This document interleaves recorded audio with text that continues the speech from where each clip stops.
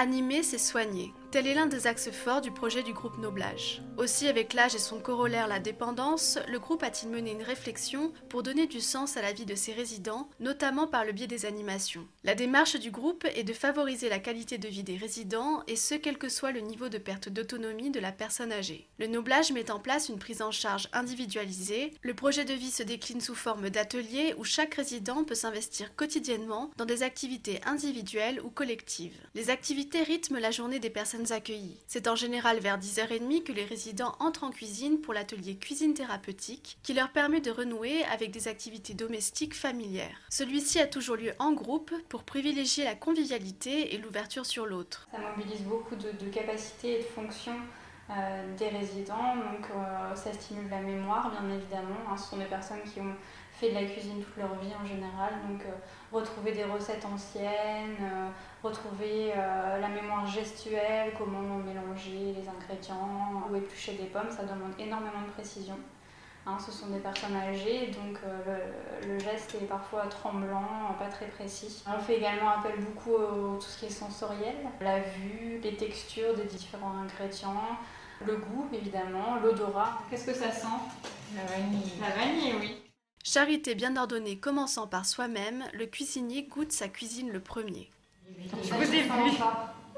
Le repas thérapeutique a été regroupé avec la cuisine thérapeutique de façon à ce qu'il y ait une continuité et qu'il n'y ait pas moins de fatigabilité de la part des résidents. Le but de ce repas, ça peut être pour des résidents qui ont des difficultés à s'alimenter, de reprendre une alimentation. Le cadre étant différent, on est dans un cadre familial, convivial, moins de monde, moins de bruit, plus calme donc.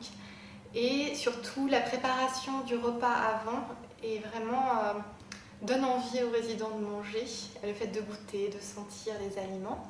Et surtout, c'est très valorisant pour les résidents de faire quelque chose et de pouvoir le manger après ensemble.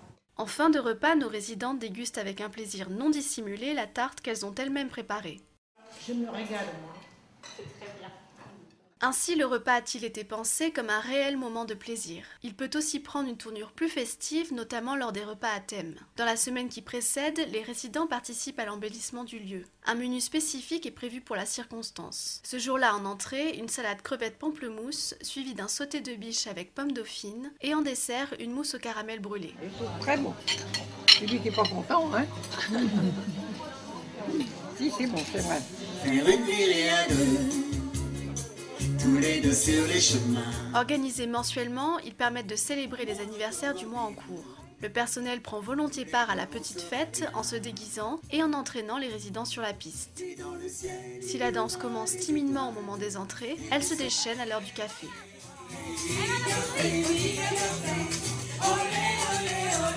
Le rythme s'intensifie dans l'après-midi selon la validité des résidents avec des activités physiques. La gym douce s'adresse aussi bien aux personnes qui ont déjà chuté pour éviter la récidive qu'aux personnes atteintes de la maladie d'Alzheimer. On ne peut pas faire beaucoup de mouvements compliqués, ça n'a rien à voir avec la gym des enfants, ça n'a rien à voir avec la gym des adultes, des adolescents. On est quand même des gens qui ont 80 ans, 90 ans. Et ce qui monte en puissance, c'est arriver à capter leur attention. Donc en fait, je travaille beaucoup sur le rythme, c'est-à-dire prévoir qu'on va taper dans les mains, taper dans les mains, savoir qu'on a tapé dans les mains et savoir que dans une seconde, on va encore prévoir qu'on va taper dans les mains, etc. Donc, c'est comme une direction d'orchestre, quoi. Vous voyez, d'ailleurs, c'est pour ça que j'ai pris la musique classique. C'est une sorte de direction d'orchestre où on regarde quelqu'un et on lui parle. Et à ce moment-là, il se met à décroiser les jambes, à lever les bras. Tout le personnel soignant d'encadrement de l'étage constate que les heures qui suivent, la soirée qui suit la séance, globalement, ils sont beaucoup plus calmes. Il y a beaucoup moins de... Si conflits il pourrait y avoir, il n'y en a pas, etc., etc. Donc, c'est déstressant. Des activités plus intellectuelles peuvent aussi occuper l'après-midi. L'atelier informatique, par exemple, n'a pas pour but de transformer les participantes en as de l'ordinateur, mais plutôt de s'en servir comme une fenêtre sur le monde extérieur. C'est la découverte de l'outil en lui-même, et puis c'est vrai, les personnes âgées sont réticentes. Alors là, ils l'approchent avec beaucoup de précautions et beaucoup de crainte. Je ne me suis jamais approchée de l'informatique, j'ai refusé dès le départ de m'y incorporer. Et je suis venue ici pour voir un petit peu comment ça marche. Tous les ateliers ont un thème commun, ce mois-ci ce sont les impressionnistes. L'animatrice montre aux participants comment surfer sur Internet pour trouver des informations. C'est vrai qu'il y a un noyau qui est très actif et qui veut explorer encore et montrer de quoi ils sont capables. Elle voulait encore rester. Il était 4h20, on était encore dans 4h15, on était encore là. Pourtant, l'atelier se termine à 16h. Est-ce que ce chien que vous voyez ici est le même que celui que vous avez en face de vous? Certains animateurs sont à 4 pattes. La zoothérapie est un des ateliers les plus prisés. C'est une personne qui intervient avec un chien. 3 résidents donc sont sollicités lors de ces activités afin de les resociabiliser, de travailler leur motricité et leur mémoire.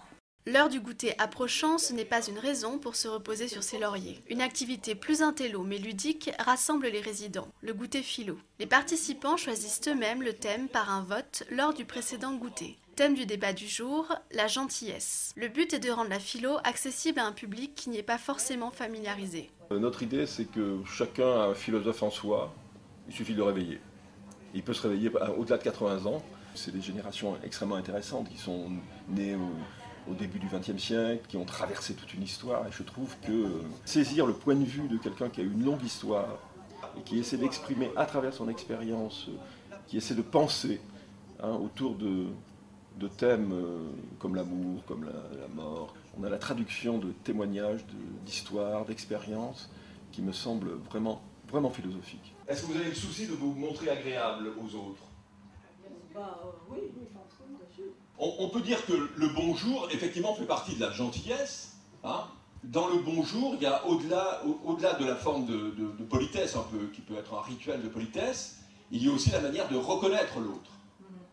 On reconnaît l'autre, on reconnaît la présence de l'autre, on reconnaît l'existence de l'autre. Je pense que c'est aussi utile pour des lieux comme ceux-ci, qui sont des lieux de vie, et je pense que ces espaces de discussion aident aussi à la convivialité, aident au vivre ensemble, et ça me semble aussi fondamental d'essayer de créer des espaces d'échange qui permettent aux résidents de mieux se connaître.